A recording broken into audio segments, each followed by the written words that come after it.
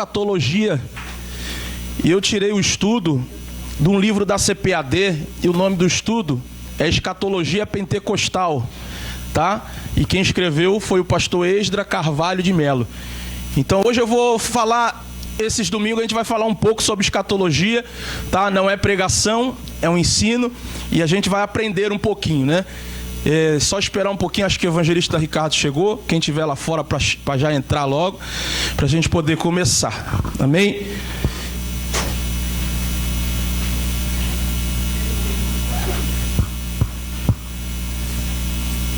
Glória a Deus.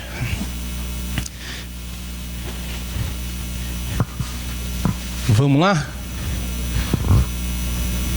Só falta o Ricardo aí, né? Gente, escatologia. Alguém já ouviu falar sobre escatologia? Escatologia é o ensino, o estudo, né, sobre o Apocalipse, sobre as coisas que estão por vir. E a escatologia, ela tem algumas linhas de raciocínio. A gente, como pentecostal, nós temos uma linha de raciocínio. E tem outras denominações e outras pessoas que têm outras linhas de raciocínio. E para a gente entender um pouquinho isso aqui, existe 3 linhas de raciocínio. A primeira linha são os pré-tribulacionistas. A segunda linha são os pós-tribulacionistas. E a terceira linha é os mid e os meso-tribulacionistas. Isso aqui, para quem estuda escatologia, é uma coisa mais profunda, mas esses dias eu vi um rapaz falando no Facebook algumas heresias e a gente precisa estar atento acerca dessas coisas. Esse rapaz dentro do Facebook falava que tinha a salvação, já estava já preparada. Você poderia fazer o que quisesse, que você já estava salvo. E muita gente, até da nossa igreja, que não é daqui, é de outro lugar, compartilhou. Eu tive que mandar mensagem para poder repreender e falar que era heresia. Então, os pré-tribulacionistas são aqueles que defendem que a igreja será arrebatada antes do período da grande tribulação. Esses somos nós. Nós acreditamos que vai ter o arrebatamento da igreja. Nós acreditamos que vai ter o rapto do Senhor da igreja. Então, os pré-tribulacionistas são aqueles que defendem que haverá o arrebatamento, haverá a grande tribulação, haverá a boda do Cordeiro. Então, nós como pentecostais, nós acreditamos que a igreja não vai passar pela grande tribulação. Alguns acreditam que a igreja vai passar pela grande tribulação, que é o caso dos pós-tribulacionistas. Eles acreditam e defendem que a igreja continuará na terra durante a grande tribulação. Aí eu ouvi o pastor Júnior Trovão pregando esses dias, e ele falou, não tem lógica a gente ser pós-tribulacionista. Se a gente está se santificando, se renunciando para ir no arrebatamento da igreja, e por que Deus vai permitir de nós passarmos pela grande tribulação? Então os pós-tribulacionistas defendem que a igreja, eles vão passar pela grande tribulação. E tem os mid e os meso-tribulacionistas, são os que defendem que a igreja passará por uma parte da grande tribulação, ou seja, a primeira parte da tribulação, que são as pestes, as doenças, as fomes, as catástrofes, os desastres, que é conhecido como a ira de Deus. Os mid e os meso-tribulacionistas, eles defendem que Jesus vai voltar para levar a sua igreja no meio da grande tribulação. Essa grande tribulação, ela é dividida em 2 partes. A primeira são 3 anos e meio. A segunda, mais 3 anos e meio. A primeira parte da tribulação é onde se encaixa a ira de Deus, que é a peste, a doença, a fome, a catástrofe e a desastre. E os outros 3 anos e meio, que é a grande tribulação, vai ser aquela parte que você vai querer comprar e não vai poder. Você vai tentar até muitas das vezes arrancar sua vida e você não vai poder. Então isso vai ser o que os mid e os meso-tribulacionistas, eles defendem. Então eu dei só uma simplificada, mas é muito complexo isso aqui, porque além desses aqui, dessas linhas de raciocínio, tem aqueles que são pré-milenismo histórico, histórico, pré-milenismo dispensacionalista, pós-milênio, amilenismo. Então são várias linhas de raciocínio e você tem que ter cuidado para não cair fora da palavra de Deus. Então nós, como pentecostais, se alguém te perguntar o que é a linha que você defende, a minha linha é pré-tribulacionista. Eu acredito que a igreja vai ser arrebatada aos céus antes da grande tribulação, entendeu? Então, pré-tribulacionista, pós-tribulacionista, mid e meso-tribulacionista. Eu não fiz apostila, gente, porque o que eu separei sobre escatologia é algo bem rápido e nos próximos que vai ter a revista bíblica, mas esse eu precisava enxertar na igreja para a gente poder crescer. Então hoje eu quero falar, gente, sobre o arrebatamento, né? Na teologia pentecostal, compartilhado por todos os que defendem a interpretação escatológica pré-tribulacionista, trabalham esse texto da igreja de Tessalônica. Se alguém te perguntar qual é a base bíblica que você me dá para dizer que a igreja ela não vai passar pela grande tribulação, você anota aí, porque se alguém te perguntar, você vai dizer, está lá em 1 Tessalonicenses, capítulo 4, verso 13 ao 18. Se alguém te perguntar qual é a base bíblica que você tem para o arrebatamento da igreja, 1 Tessalonicenses, o Manabo coloca para mim, por favor, 1 Tessalonicenses, capítulo 4, verso 13 e 18, que diz assim, estou muito rápido, gente, que diz assim: não quero, porém, irmãos, que sejam ignorantes acerca dos que dormem, para que não vos entristeça, como os demais que não têm esperança. Porque se cremos que Jesus morreu e ressuscitou, assim também aos que em Jesus dormem, Deus tornará a trazer com ele. Dizemos-vos, pois isto pela palavra do Senhor, porque os que ficarmos vivos para a vinda do Senhor, não precederemos os que dormem, porque o mesmo Senhor descerá do céu com alarido e com voz de arcanjo e com a trombeta de Deus, e os que morreram em Cristo ressuscitarão primeiro. Depois nós, o que ficarmos vivos, seremos arrebatados juntamente com eles nas nuvens e encontrar o Senhor nos ares, e assim estaremos sempre com o Senhor. Portanto, consolai-vos uns aos outros com esta palavra.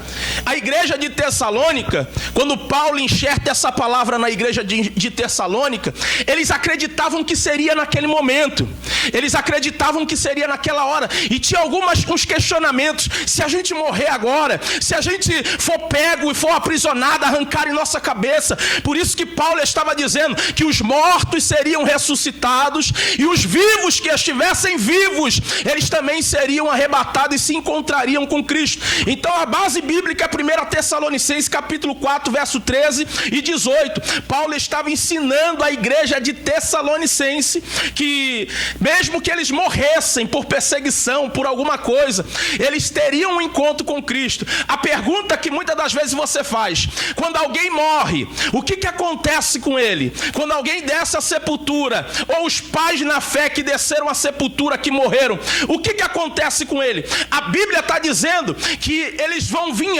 antes que nós. Isso que vai acontecer. Primeiro, quando Jesus vier arrebatar a sua igreja, os que estão mortos em Cristo, eles serão ressuscitados num corpo glorificado.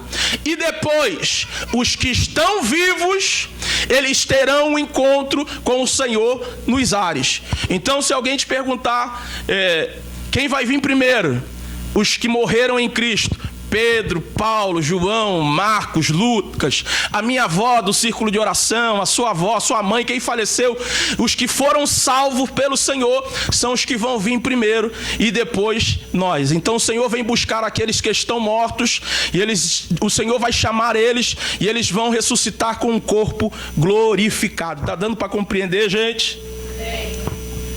Arrebatamento no grego é apazon. Apazon é rápido, remoção, súbito. Este será um dos mais marcantes para todos os que esperam confiante na vinda de Cristo. Tal acontecimento é registrado em toda a Bíblia. Esse evento será o início fundamental para o desencadear de uma série de acontecimentos futuros no campo da escatologia bíblica. Arrebatamento da igreja. Vai ser um rapto. Vai ser uma remoção, um súbito, rápido.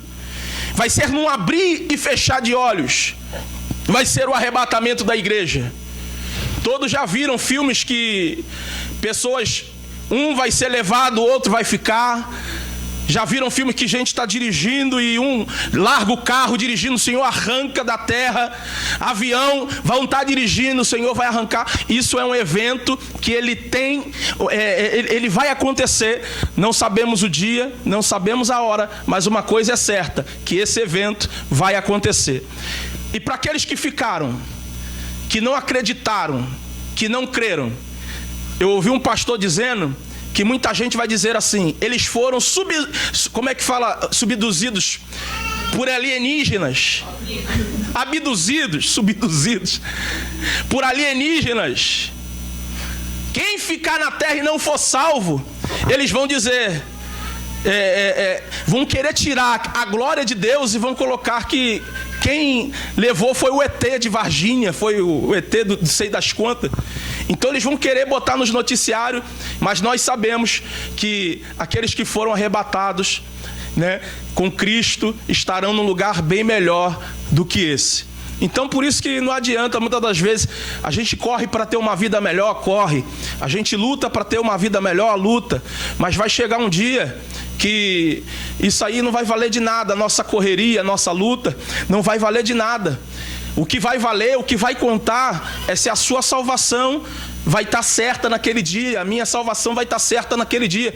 Então nós temos que estar sempre preparados. A Bíblia diz que ele vem buscar a sua noiva, né? E a sua noiva, ela tem que estar limpa, adornada. Noiva fala de purificação, de santificação.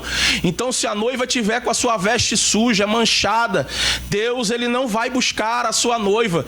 Nós vamos ficar e vamos passar, quem ficar vai passar pela grande tribulação. Amém? Convocação dos santos. Vamos lá. Dá pela ordem divina e o ressoar da trombeta de Deus. 1 Tessalonicenses capítulo 4, verso 16. Quem puder colocar para mim, coloca para mim, Maná, por favor. 1 Tessalonicenses capítulo 4, verso 16. Porque o Senhor mesmo descerá do céu com um grande brado, a voz do arcanjo, ao som da trombeta de Deus, e os que morreram em Cristo ressuscitarão primeiro. O que acabamos de dizer, né? Em Números capítulo 10, verso 1 e 3, esse não precisa abrir, a trombeta servia para reunir o povo de Israel, para ouvir o seu líder na porta da congregação, e o que havia de suceder a todos nós. A palavra ressurreição vem do grego anastasis, que é retornar à vida. Antigamente, quando queria se reunir o povo, ajuntar o povo, a congregação, o líder, ele tocava a trombeta e reunia o povo para que o povo estivesse pronto para ouvir aquilo que ele tinha para dizer. E Jesus e Deus, eles estão tipificando isso da mesma forma. Ele vai vir no som da grande trombeta, e quem estiver atento ao som da trombeta, no nome de Jesus, nós vamos se reunir e ir para a morada eterna. Vamos lá? O que acontecerá aos mortos em Cristo? Diz a Bíblia, os que morreram em Cristo ressuscitarão primeiro. 1 Tessalonicenses capítulo 4, verso 16, que a gente acabou de ler. Todos os santos que morreram no Antigo e no Novo Testamento, e que estão no seio de Abraão, ou seja, no paraíso, está em Lucas capítulo 23, verso 43, 2 Coríntios capítulo 12, verso do 1 ao 4, aguardando o momento determinado por Deus, receberão ordem para assumir os seus corpos já glorificados. Então a gente acabou de falar isso aqui, né? Os mortos que vieram, os que foram antes, ressuscitarão primeiro, né? Aguardando o momento determinado. E nós também iremos subir. A Bíblia diz: depois nós, o que ficamos vivos, seremos arrebatados juntamente com eles, os mortos. 1 Tessalonicenses capítulo 4, verso 17. Depois nós, o que ficamos vivos, seremos arrebatados juntamente com eles, nas nuvens, ao encontro do Senhor nos ares, e assim estaremos para sempre com o Senhor. Todos os salvos dos 4 cantos da terra ouvirão o estrugir da trombeta, e assim todos os que tiverem vivos serão transformados. 1 Coríntios capítulo 15, verso 52. 1 Coríntios capítulo 15, verso 52. 1 Coríntios capítulo 15, verso 52 diz assim: no momento, no abrir e fechar de olhos, ao som da última trombeta, porque a trombeta soará e os mortos serão ressuscitados incorruptíveis e seremos transformados. Será a redenção do nosso corpo. Romanos capítulo 8, verso 23. Romanos capítulo 8, verso 23.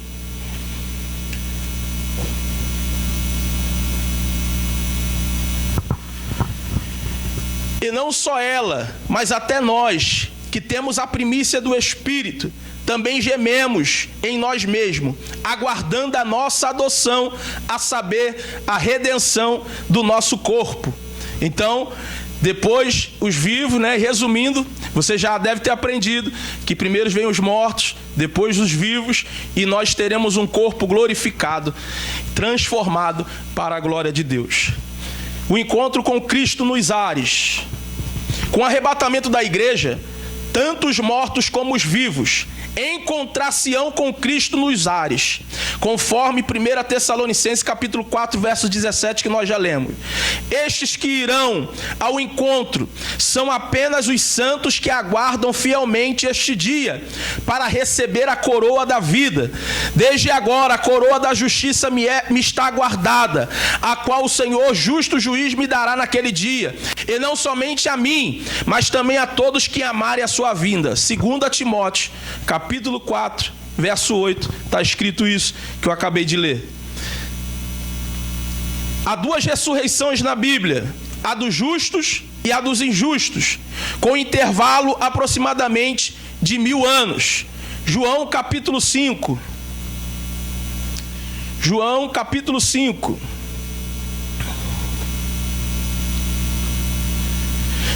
João capítulo 5, verso 28 e 29.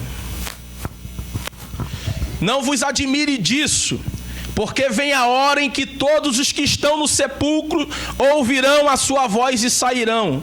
Os que tiveram feito bem para a ressurreição da vida, e os que tiveram praticado mal para a ressurreição do juízo. Então tem 2 ressurreições: a ressurreição dos justos e a ressurreição dos injustos. E eu vou entrar aqui na parte do tribunal de Cristo. É o que muita gente confunde. Tribunal de Cristo e juízo final. Tribunal de Cristo é uma coisa, juízo final é outra coisa, e nós vamos ler aqui na frente, tá?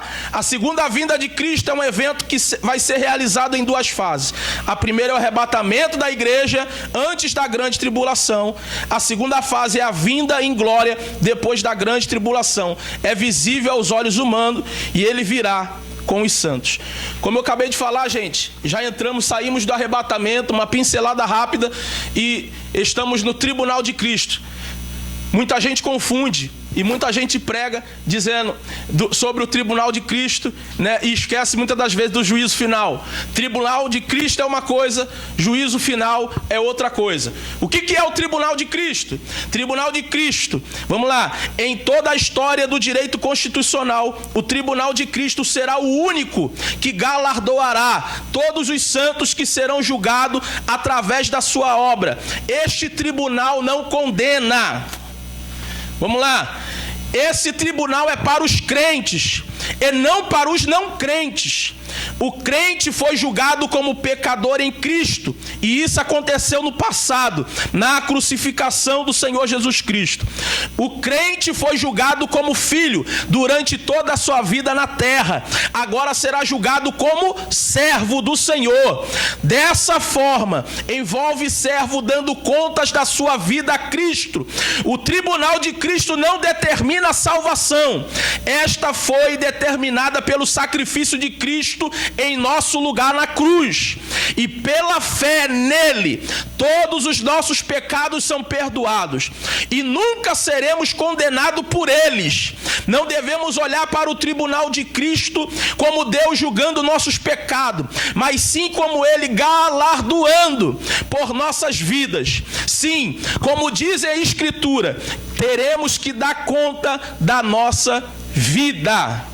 Então, o tribunal de Cristo é diferente de juízo final. Tribunal de Cristo, Deus vai tratar com os crentes, pastor, presbítero, evangelista, diácono, obreiro, professora da salinha, quem mete a mão na obra, quem faz a obra, seja lá o que for, vamos naquele dia prestar conta ao Senhor. Tanto coisas boas que fizemos, tanto coisas ruins que nós fizemos. Isso não vai interferir na salvação, mas sim alguns serão mais premiados e outros serão menos premiados. A pergunta que você vai fazer dentro do seu coração: se você no grande dia, naquele tribunal de Cristo, qual vai ser o seu galardão? Será que você vai sair de lá com as suas mãos vazias, ou será que você vai sair de lá premiado e galardoado para a glória do Senhor Jesus Cristo? Então, todos os santos de todas as épocas comparecerão nesse julgamento para dar conta do que tiver praticado a si mesmo a Deus. Está escrito que todos nós compareceremos diante do tribunal de Cristo. O apóstolo Paulo inclui a si mesmo ao usar o plural nós. Ali cada um receberá seu galardão, o pagamento pelo seu trabalho e obediência prestado ao Senhor, assim como a parábola dos 10 talentos. Vamos lá, Romanos capítulo 14, verso 10. Vamos lá, Romanos capítulo 14, verso de número 10. 14, Romanos 14, verso 10.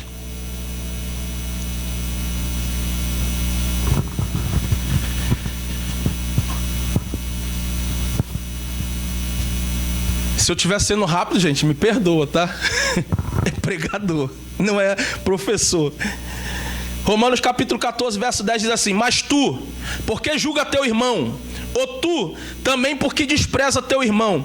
Pois todos havemos de comparecer antes ao tribunal de Cristo, porque está escrito: por minha vida, diz o Senhor, diante de mim se dobrará todo o joelho, e toda língua louvará a Deus. Assim, pois, cada um de nós dará conta de si mesmo a Deus. É por isso que você não tem que esquentar a cabeça, você não tem que ficar com a sua cabeça a turbilhão, se fulano fez, se fulano não fez, se alguém levou a obra de um jeito, se levou de outro, porque tudo isso será apresentado diante do nosso Senhor Jesus Cristo, no tribunal de Cristo. Por isso que Paulo está dizendo aqui: mas tu, por que julgas o teu irmão?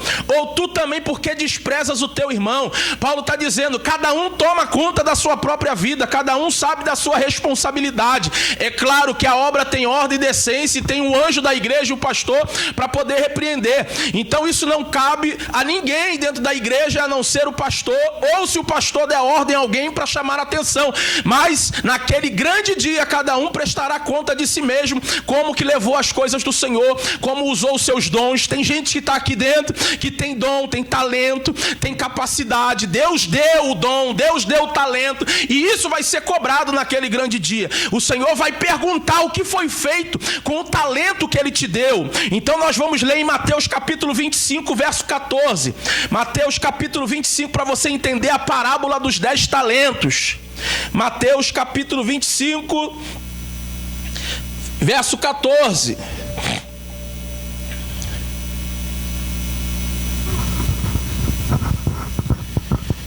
Até o verso... Perdão, gente. Mateus capítulo 25, verso 14 em diante, a parábola do talento. Vou ler para a gente ganhar tempo, tá? Porque é assim como um homem que, ausentando do seu país, chamou os seus servos e lhe entregou os seus bens. Vamos lá, versículo por versículo. Jesus está tipificando ele como um homem que se ausentou do seu país. Jesus foi crucificado, ressuscitou ao terceiro dia, se ausentou do seu país, chamou os seus servos e lhe entregou os seus bens. Jesus, ele foi e entregou a você uma responsabilidade, ele entregou a você um cargo, um dom, um talento. No versículo 15, a um deu 5 talentos, ao outro 2, ao outro 1, e cada um segundo a sua capacidade, e seguiu viagem. Jesus deu 5 talentos para um, 2 para outro, 1 para um, segundo a sua capacidade. Deus não dá nada além daquilo que você possa suportar. Nada daquilo além que você tenha capacidade para administrar. Se ele entregou algo na sua mão para fazer, é porque ele viu que você tem capacidade. A uns deu 5 talentos. Tem gente que faz milhares de coisas dentro da igreja. Outros só dão conta de 2 coisas. Outros só dão conta de uma coisa. Jesus, ele sabia a sua capacidade. Então, Jesus entrega o talento. A um deu 5, ao outro deu 2, ao outro deu 1. Versículo 16. O que receberá 5 talentos foi imediatamente negociar com eles e ganhou outros 5. Da mesma forma, o que recebeu 2 ganhou outros 2. Mas o que recebeu 1 foi e cavou na terra e escondeu o seu dinheiro. Então, o que deu 5, ele multiplicou aquele talento que estava na mão dele. Jesus, muitas das vezes, ele vai olhar para a gente nas coisas que ele nos dá. Ele vê o seu coração naquilo que ele te dá. Tem gente que ganhou muito, 5, ficou alegre, multiplicou. Tem gente que ganhou 2, não fiquei muito contente, mas multiplicou. Tem gente que ganhou 1 só, aí falou, eu só ganhei 1. Jesus deu 5 para um, 2 para outro, e para mim deu 1. A Bíblia está dizendo que esse que ganhou 1, o que ele fez? Enterrou. Ele enterrou o talento que Jesus lhe deu na parábola. Então, talvez você ache que você não tenha muita utilidade dentro da igreja. Todos aqui têm utilidade. Mas se Deus te deu um talento, faça isso com amor. Porque esse 1 talento que Deus te deu vai ser cobrado naquele grande dia. E esse 1 talento que o Senhor lhe deu pode lhe dar galardões grandes, independente se ele seja pequeno. O talento que Deus te deu pode resultar em galardões grandes. Vamos lá? Como será o julgamento? O julgamento será baseado em 3 aspectos da nossa vida cristã. O tribunal de Cristo, gente, vai ser baseado em 3 fundamentos. O primeiro, seremos julgados pelo trabalho feito a Deus. Acabei de falar isso. E para nós vermos na Bíblia, 1 Coríntios capítulo 3. 1 Coríntios capítulo 3. Verso 8, 14, 15. Ora, uma só coisa é o que planta e o que rega, e cada um receberá o seu galardão segundo o seu trabalho. Versículo 14. Se permanecer a obra que alguém sobre ela edificou, esse receberá galardão. Versículo 15. Se a obra de alguém se queimar, sofrerá ele prejuízo, mas o tal será salvo, todavia, como que pelo fogo. Então, essa ocasião mostrará, eu estou falando de sermos julgados pelo trabalho feito a Deus. Essa ocasião mostrará como administramos os nossos bens aqui. Dons, dádivas, nossa vida, dotes, talentos, enfim, tudo que recebemos da parte de Deus. Como redimidos pelo seu sangue, fomos por ele comprados, e agora não somos mais nossos, e não temos mais o direito de fazer o que quisermos com a nossa vida e com o que possuímos. Vamos lá, gente, quando Deus entrega para você algo, não é só talento espiritual, né? E é bom a gente frisar isso aqui. Quando Deus te entrega, são várias coisas. A minha esposa, o Senhor me entregou. A sua esposa, o Senhor te entregou. Então, seus filhos, o Senhor lhe entregou, são talentos. E isso vai ser também cobrado naquele grande dia. E isso vai para os pais, para os maridos. Deus lhe entregou seus filhos para você administrar, ensinar, educar. Deus lhe entregou sua esposa para você também ser o chefe da casa, administrar a finança, administrar a família, administrar a casa. Então, naquele grande dia vai ser cobrado. E a mulher também não fica fora, não. Não catuca o varão e diz para ele, aí, ó, só contigo não. Porque também a mulher é ajudadora. Ela tem que estar lado a lado com seu esposo. Então, a obra para fluir, a mulher muitas das vezes tem que estar ali, ajudando. A mulher tem que estar ali do lado, criando. Se não tivesse a mulher para educar os filhos, para cuidar da criança enquanto o marido trabalha, de nada iria aproveitar. Amém? Então, não é só dom espiritual, mas é a nossa vida, dote, talento, enfim. Deixa eu ler aqui.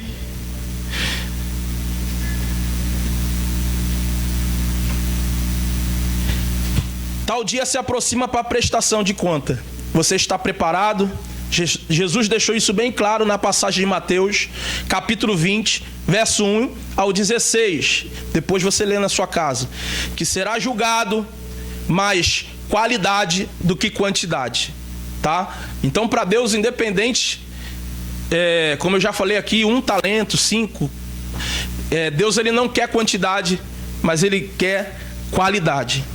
Então, o primeiro aspecto a ser julgado vai ser: seremos julgados pelo trabalho feito a Deus. O segundo aspecto, seremos julgados pela nossa conduta. 2 Coríntios capítulo 5, verso 10. 2 Coríntios capítulo 5, verso 10. Porque é necessário que todos nós sejamos manifestos diante do tribunal de Cristo, para que cada um receba o que fez por meio do corpo, segundo o que praticou, o bem e o mal. Eu disse que o tribunal de Cristo vai ser para quem? Primeiro para os de casa, né? Para os crentes, né? Aquele crente que pecou, dirigiu o culto em pecado, cantou em pecado, tocou em pecado. Isso tudo você pode fazer. Você pode cantar em pecado, pregar em pecado. Você pode tocar em pecado.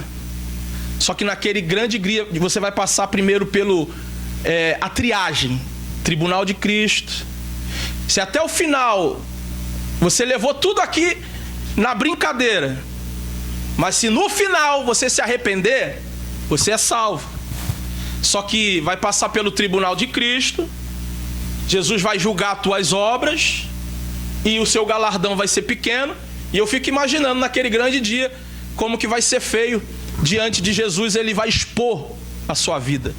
Eu quero conjecturar que ele vai pegar um telão e vai passar a sua vida assim. Tá Paulo, Tiago, Pedro, João, todo mundo sentado. Senta aí. Vamos ver a vida do Felipe aqui. Aí aperta o play aí. Todo mundo vendo. Ó, o Felipe pregava muito bem. Mas em casa, olha lá como que ele é. Então, o galardão... O Felipe tá rindo. Então seremos julgados primeiro pelo que fizemos a Deus. Depois seremos julgados pela nossa conduta, como você se conduz no trabalho. Porque a igreja se resume só a 4 paredes, não. A igreja somos nós. Então, a sua conduta no seu trabalho, na escola, a conduta na sua vizinhança, na família. Então, isso tudo vai ser cobrado naquele grande dia. Aqui, uma coisa importante, vamos lá. Individualmente, todos os crentes seremos julgados nesse particular. É individual, né? Como todo mundo já sabe, salvação é individual. Eu não posso salvar minha esposa não pode me salvar, né? Eu não posso agarrar na fé da minha esposa e nem minha esposa pode agarrar na minha fé. A minha filha, depois dos 12 anos, ela começa a ter a própria escolha dela, né? Por isso que o batismo nas águas é após os 12 anos, que ela já tem consciência daquilo que ela quer, se ela quer Cristo, se ela quer verdadeiramente andar nos caminhos do Senhor. Então, a partir dos 12 anos, né, o indivíduo já começa a ter responsabilidades, tá? E principalmente os que cantam aqui, que dançam, que tocam, os jovens. Então, salvação é individual, né? Papai e mamãe já devem ter ensinado vocês que a salvação é individual. Eles ensinam vocês o caminho certo e vocês que vão escolher o caminho que vocês querem ir. Amém? Vamos lá. O terceiro crivo para a gente do tribunal de Cristo seremos julgados pelo tratamento dado aos irmãos da fé. Romanos capítulo 14, verso 10. Romanos capítulo 14, verso 10. De novo esse mesmo texto, são textos repetidos. Mas tu, porque julga o teu irmão, ou tu também porque despreza o teu irmão, pois todos havemos de comparecer diante do tribunal de Cristo, né? E isso também vai ser julgado naquele grande dia, como nós tratamos o nosso irmão, o nosso próximo, né? Aqueles que estão à nossa volta, e nós seremos julgados também no tribunal de Cristo acerca disso. Então são 3 coisas que seremos julgados lá. A primeira, seremos julgados pelo trabalho feito. A segunda, pela nossa conduta.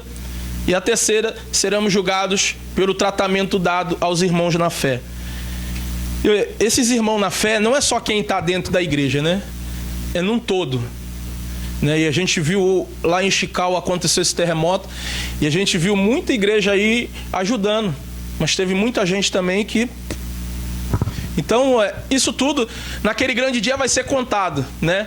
Você saiu, levou seu alimento ao morador de rua, visitou um hospital. Lá no Brasil tem muito isso.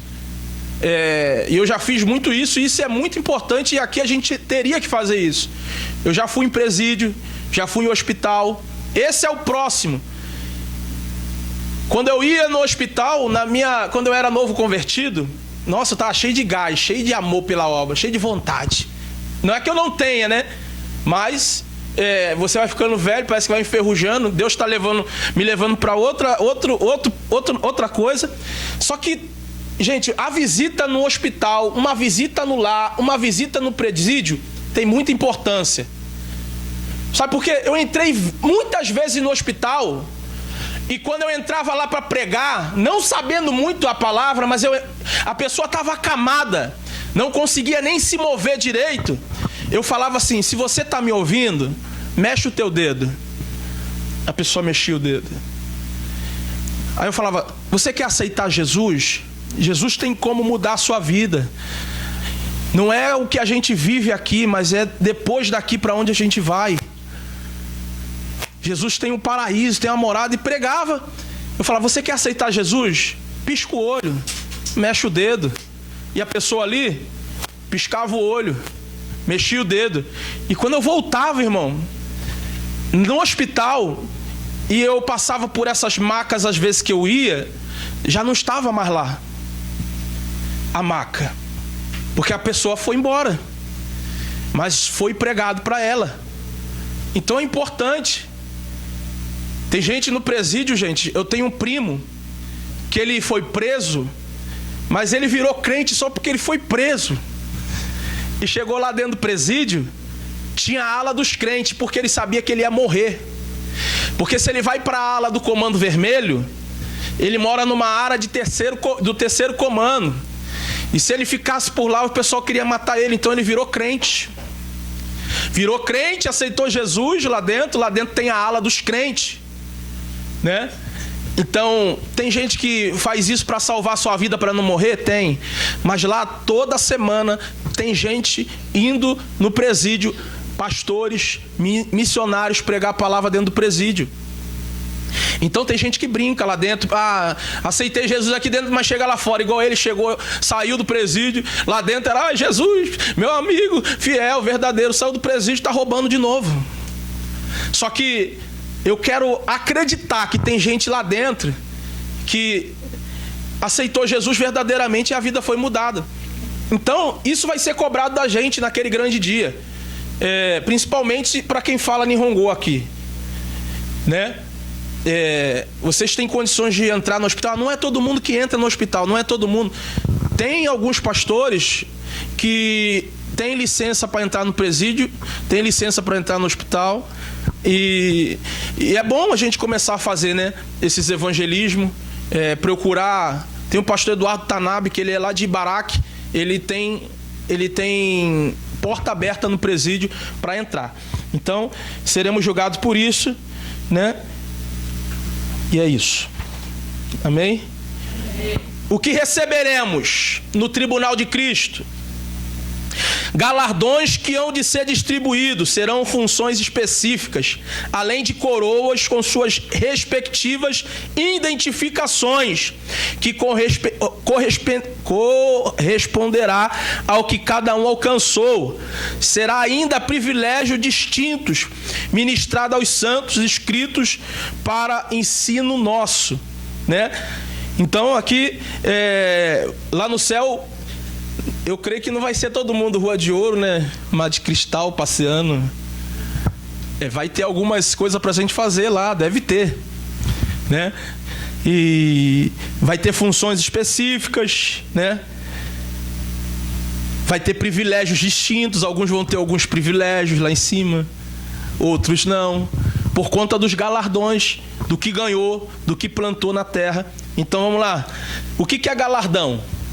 Galardão são prêmios, recompensa aos santos salvos em Cristo. Haverá galardão para aqueles que suportam a provação. Tiago capítulo 1, verso 12. Tiago capítulo 1, verso 12.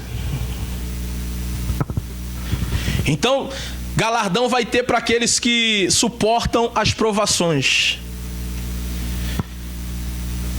Bem-aventurado o homem que suporta a provação, porque depois de aprovado, receberá a coroa da vida, galardão, que o Senhor prometeu aos que amam.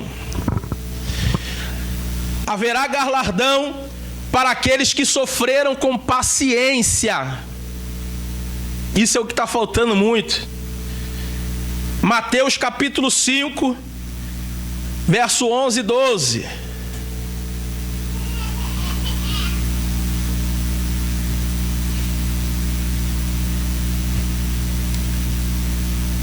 Bem-aventurados sois vós, quando vos injuriarem e perseguirem, e mentindo disserem todo mal contra vós por minha causa. Alegrai-vos e exultai, porque é grande o vosso galardão no céu, porque assim perseguiram os profetas que foram antes de vós. Então, tem galardão. Mateus capítulo 5, verso 11 e 12. Perdão, gente, estou sendo muito rápido, mas eu não estou acostumado, não. Vamos embora. Haverá galardão para aqueles que suportaram a provação. Tiago, capítulo 1, verso 12. Haverá galardão para aqueles que sofreram com paciência. Mateus, capítulo 5, verso 11 e 12. E haverá galardão para aqueles que fizeram bem. Gálatas capítulo 6. Gálatas capítulo 6, verso 9 e 10. E não nos cansemos de fazer o bem, porque a seu tempo ceifaremos, e se não houvermos desfalecido. Então, enquanto temos oportunidade, façamos o bem a todos, mas principalmente aos domésticos da fé, né? Então haverá galardão para aqueles que fizeram bem. E em Gálatas está dizendo que enquanto todos temos oportunidade, façamos o bem a todos, mas principalmente aos domésticos da fé, né? Pastor, é ruindade não ajudar primeiro de fora e enquanto de dentro está passando aperto, necessidade? A Bíblia ensina a gente primeiro a cuidar da casa e depois cuidar dos que estão de fora, né?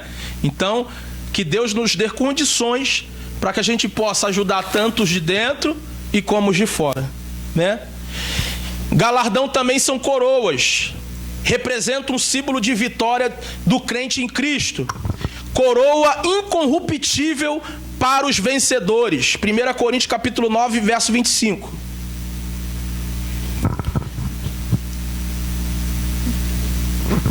Primeira Coríntios capítulo 9, verso 25.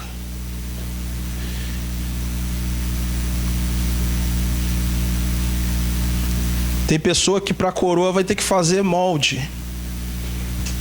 Ninguém entendeu a piada, né?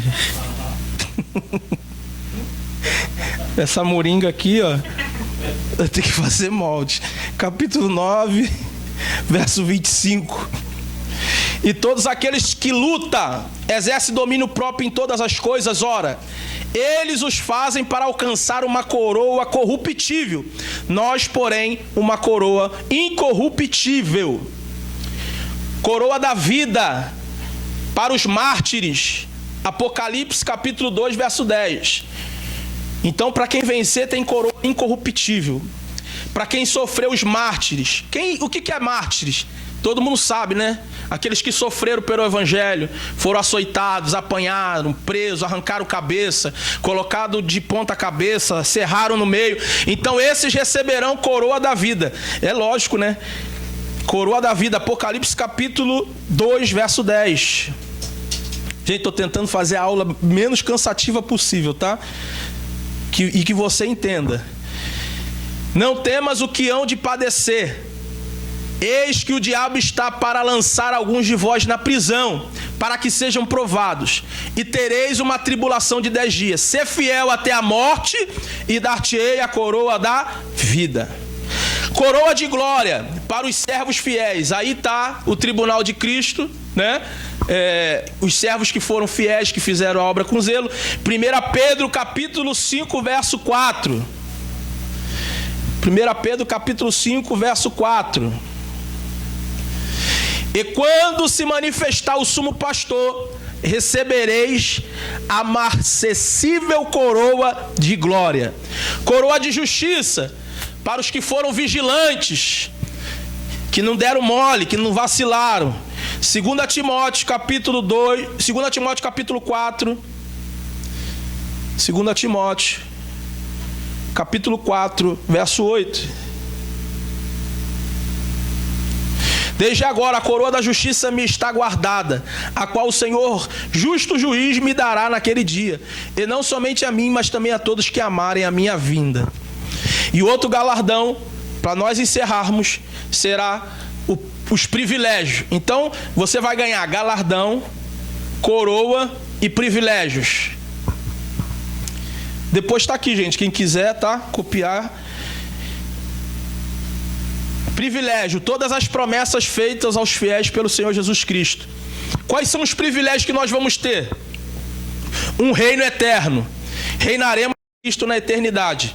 2 Timóteo capítulo 2, verso 12, que diz assim, 2 Timóteo capítulo 2, verso 12, diz assim: se perseveramos com ele, também reinaremos, e se o negarmos, também ele nos negará.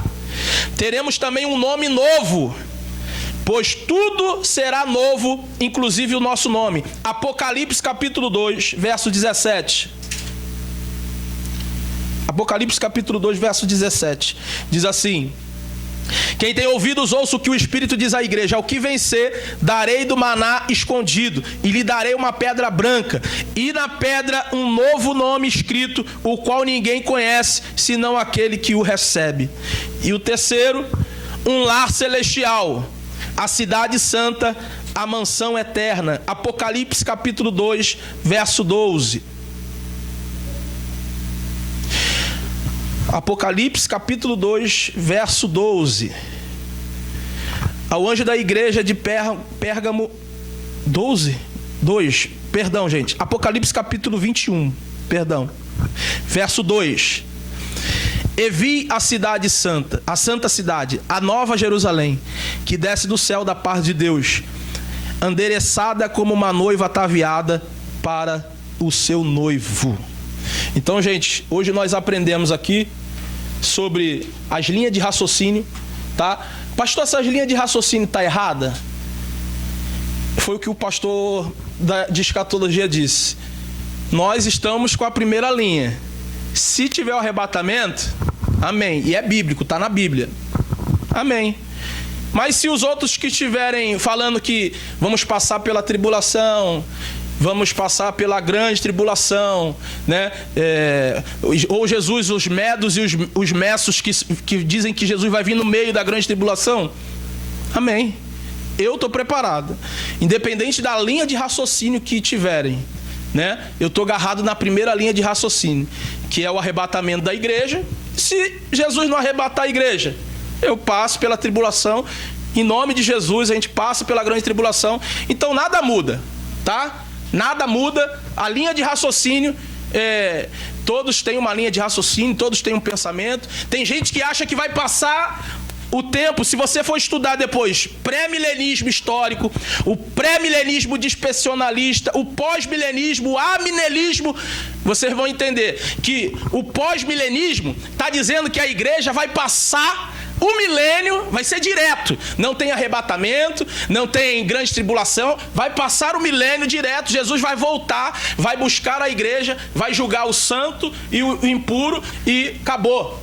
Então, o amilenismo é isso, o pós-milenismo é isso, vai passar o milênio, Jesus vai... Então, várias linhas de raciocínio, e nós estamos no que a Bíblia está dizendo, que vai ter o arrebatamento. Eu creio que Paulo não colocou aqui em vão isso, que haveria o arrebatamento da igreja e Jesus iria buscar os santos, né? E depois haveria a grande tribulação para quem ficasse, tá? Então, se ponham de pé, em nome de Jesus. Uma horinha. Espero que você tenha absorvido o máximo dessa aula, né? Então, gente, na próxima aula, no próximo domingo, deixa eu só achar aqui para mim não perder. Nesses estudos, gente, a gente vai falar da grande tribulação, da volta de Jesus, do Armagedon, vamos falar do milênio, do julgamento das nações, vamos falar do juízo final. Então, tem a boda do Cordeiro. Então nós vamos falar sobre bastante coisa aqui, né? Então falamos hoje sobre o arrebatamento, tribunal de Cristo. O próximo, gente, vamos falar das bodas do Cordeiro e a grande tribulação. E se der tempo, a volta de Jesus. Amém? Vamos orar. Em nome de Jesus, Senhor, te agradecemos e te louvamos por esse momento, Senhor, de aprendizado, de edificação. Nós te glorificamos, Senhor. Toma nossas vidas nas tuas mãos, que cada um absorva, Senhor.